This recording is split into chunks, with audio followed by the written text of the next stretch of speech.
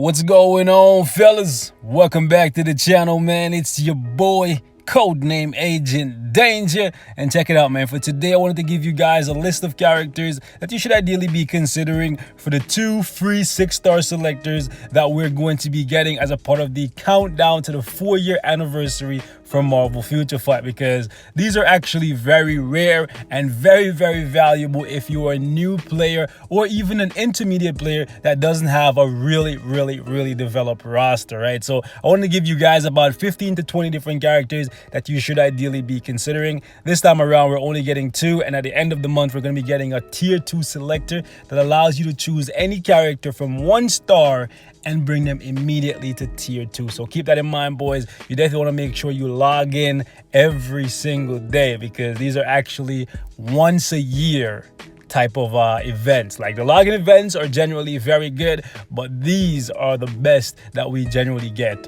every single year. So first and foremost, there's a couple characters that I'm not going to include on this list, simply because if you just go to the legendary battle and you play the first mission, you can actually unlock them for free, right? Captain Marvel in her new uniform is an amazing character, but I'm gonna exclude her from this list because all you literally have to do is just go here to her legendary battle in the normal mode and you can unlock her completely for free. However, she's not a great character until you pick up this uniform for her. Just keep that in mind, but you can get it for free at 6 stars, so you should definitely not be using this 6-star selector on her. The same thing goes for Ant-Man. If you play the first mission of the Ant-Man and the Wasp legendary battle, you can get Ant-Man at 6 stars. The same thing goes for Avengers Infinity War. You can get Captain America at 6 stars, so you should not be choosing him because you can get him for free right here. Same thing goes for Black Panther, my guy T'Challa. You don't want to choose him from the selector. And the same thing goes for the God of Thunder. These are 5 characters that you should definitely not be using the 6-star selectors on. Otherwise, you're basically just robbing yourself, because you can get them for free here. You could definitely like choose them here and then just choose them again in the selector to get bios to push them to tier 2 if that's what you want to do. But all of these guys are farmable from story missions, so then that's still a waste, right? You want to choose characters that are only available in bio selectors, like Shadowland selectors, that kind of stuff, right? Otherwise, it's a complete waste in my opinion, especially if you are free to play. So I'm going to give you guys a handful of characters that I would personally be choosing from this thing if I didn't have such a stacked roster right now. You can see for yourself, I literally have almost every single character in the game at 6 stars, and the ones that I don't have at 6 stars, you can see for yourself, it's kind of by choice. Adam Warlock, I'm slacking on him, and Riri and Kid Kaiju, eventually they'll get the 6 stars, probably after Infinity War. I just don't have a reason to push them to 6 star. I have everything I need, but by choice, I don't really have a reason to get them up to 6 stars. Yeah, everybody else is basically 6 stars and ready to be tier 2, right? So for me, I'm great, but for some of you guys who are not so well off, I'll give you guys some really good options that you should definitely consider, especially if you're still working your way through Shadowland. If you're still working your way through the first 30 stages, these are characters that will be truly invaluable to you, and a lot of them will be very valuable in World Boss Ultimate. So keep that in mind, boys. Let's jump right into it. The first character that I'm gonna recommend, since he's the first one that popped up, is actually this guy right here. He's the best speed supervillain in the game, so I would definitely recommend that you pick up Korath if you want a solid speed supervillain. Next character I'm gonna recommend, this is not in any particular order, but I would definitely recommend that you pick up my Blueface baby.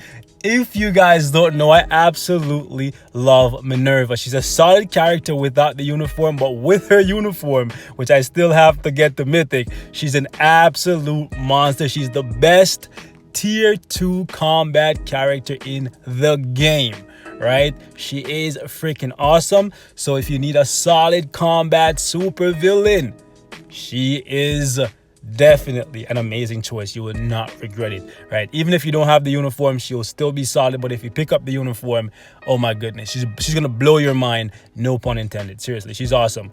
I would also recommend a thing if you're trying to fast forward yourself through, I said fast forward, doesn't matter. If you're just trying to push through the Fantastic Four Epic Quest, get him to 6 stars really help, but you can grind for him and use Shadowland selectors on him if you just want to get him to 5 stars and just stop there. He isn't that great of a character, right? So I wouldn't personally choose him over somebody like Minerva.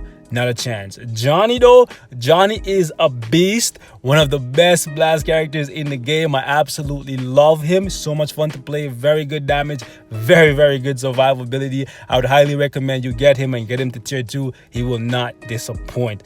Honestly, boys. Then we have Morgan Le Fay. She's a solid character all around. Amazing survivability, DPS, crowd control, you name it. She's great. For ABX, War Boss Ultimate, Shadowland, she won't disappoint. And she's universal, so she has no real weakness. Like, she has a revive, she has heal, she has mind control.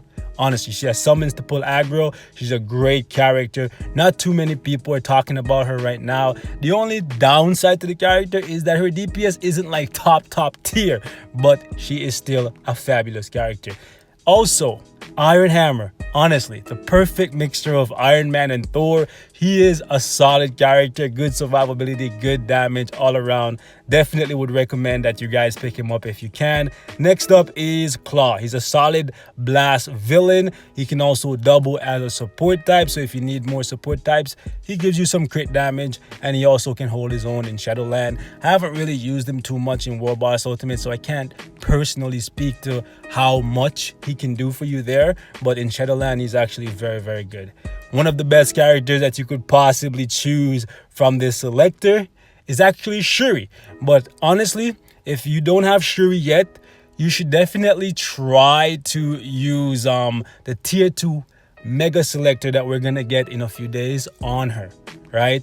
That way, well, not in a few days, like a few weeks. At the end of the month, when you get a tier 2 selector, use it on her to get her to tier 2, because that's where her value really is, her tier 2 passive. But at tier 1, she's solid for Shadowland and that kind of stuff. I would recommend that this guy right here, Scourge, if you need more supervillains. He isn't the best character at tier 1. His value comes with his tier 2 passive when he gets invincibility, but overall is a solid character. I would definitely recommend Titania over him though, because she has a solid leadership, 50% more damage to all your combat types, hero or villain. Definitely one of those characters that if you're new to the game, you should be picking her up right out the gate. She won't disappoint you. Next up is Mantis. Now, Mantis is an Alliance Conquest character because of her crowd control with the fear, and she's also really good for Shadowland. She's not that good for World Boss Ultimate, but her survivability is pretty good. So if you're new to the game, I would definitely recommend her because she's gonna do a really good job staying alive and help you push through Shadowland. Besides that, she really isn't that great of a character anymore. Next up is Robbie Reyes. If you want a fun character in the Universal class, honestly, I would highly recommend Robbie. He's so much fun to play. Damage is pretty good. Survivability is good as well. And once you figure out how to play the character, you're going to have a lot of fun with him. Next up is Medusa, a very good leadership character to have, right? If you need Universal characters, she is definitely one for you. Very safe to play. The uniform makes her even better. As you can see, I have it at Legendary, and eventually I'll get it to Mythic. Overall, a very solid pickup. Next is Hela. Now, the main reason why I put Hela here is because she has a solid leadership, right? She's a solid leadership, but if you don't need any more leadership characters, you can just skip her, because besides the leadership thing, I don't really use her too often. And the real value with Hela as a character is when you buy her uniform and you get it to Mythic, you can get yourself a CTP of energy, right? So yeah. Next up is probably the best character overall that you can pick from the selector, Sharon Rogers. However, I would personally recommend that you use the tier 2 selector on her if you're not going to use it on somebody like Shuri, because that's going to get you even closer to bringing her up to tier 3. And oh my goodness, in case you guys haven't seen one of the like 10 videos I've made on Sharon Rogers is an absolute monster in Marvel Future Fight. So yeah, I would definitely recommend her. Next up is my guy Miles Morales. Now, Miles definitely needs his uniform, which I have a Legendary. Without the uniform, the character is pure garbage. Pure garbage. You should not be building him. It will be a massive waste of resources. So he's one of those characters that are only good with his uniform. However, if you get him to tier 2 and you have this uniform, he's actually stellar. Absolutely love him. Next up is the Wasp. And the Wasp is one of those characters that she's really good in Shadowland. She's really good at staying alive, but her value as a character really depends on her tier 2. So she's also another character that I would recommend you use your tier 2 selector on, but she's easily farmable through Dimension Rift. But lately, All of the rifts have just been warpath. So yeah, if you're not gonna open your own rifts, you're gonna be grinding a very long time if you don't want to use the selectors on her. Next up is Hulkbuster, and Hulkbuster is actually pretty solid if you pick up his Infinity War uniform. Skip the other one, it's not really that good, right? You definitely want to pick up the Infinity War uniform if you're a big Hulkbuster fan. He's actually a solid character even at tier 1. At tier 2 he becomes even more tanky, right? So that's something to consider if you have the other priority characters in this list already. Like people like Sharon Rogers and Shuri, they get first picks. Okay, next up is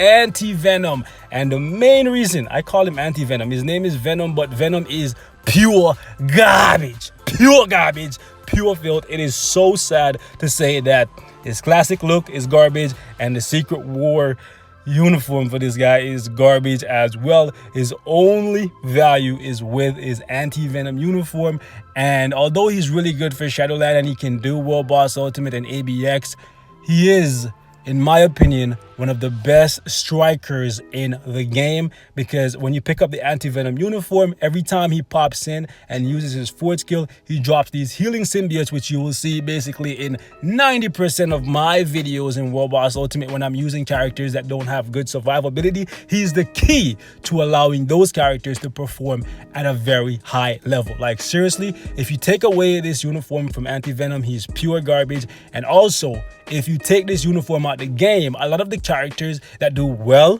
in World Boss Ultimate would not even be playable there. So that's how instrumental of a character Anti-Venom truly is. So he's definitely one of those characters that I would definitely recommend that you pick up and immediately pick up the uniform for. It's definitely going to change your experience with the character as a whole and in World Boss Ultimate. So yeah, next up is Star-Lord. He's a good pick from this simply because he has a really good leadership, but if you want to have fun with the character, the Infinity War uniform is the only way to go. Skip the Guardians of the Galaxy uniform and skip the space armor like I did and just stick to the Infinity War uniform. He's fun to play, good DPS, good survivability, all around a very solid character. Last character that I'm put on here, even though he's very easily farmable, right, is the Winter Soldier. Skip his Bucky uniform, skip his Winter Soldier uniform, skip his Civil War uniform. You know what I'm saying?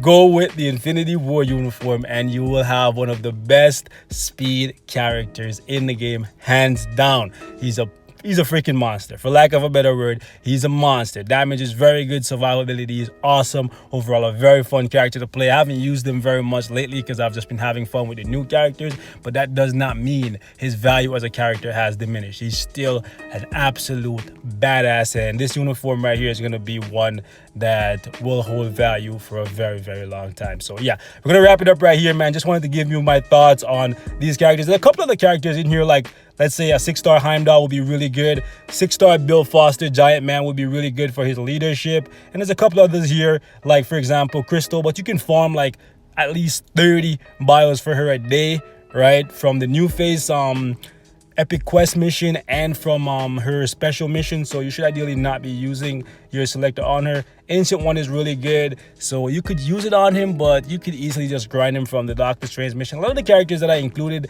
in my list can be farmed for, right? But their value as a character is just so great that from the moment the sooner you get them, basically, the better your experience will be. So that's why I still put them on the list, even though they can be farmed for. Anyways, guys, I'm gonna wrap it up right here. Thank you so much for watching. Leave your thoughts in the comments. Let me know who you chose from your 6-star selector. Personally, I'm just gonna get probably some more bios for Minerva, right? So I can work on her uniform a little bit more. And that's probably how I'm gonna use all of mine, right? If you guys want me to do a follow-up for the tier 2 selector when we get it, let me know in the comment section. But I'll catch y'all in the next one. Peace.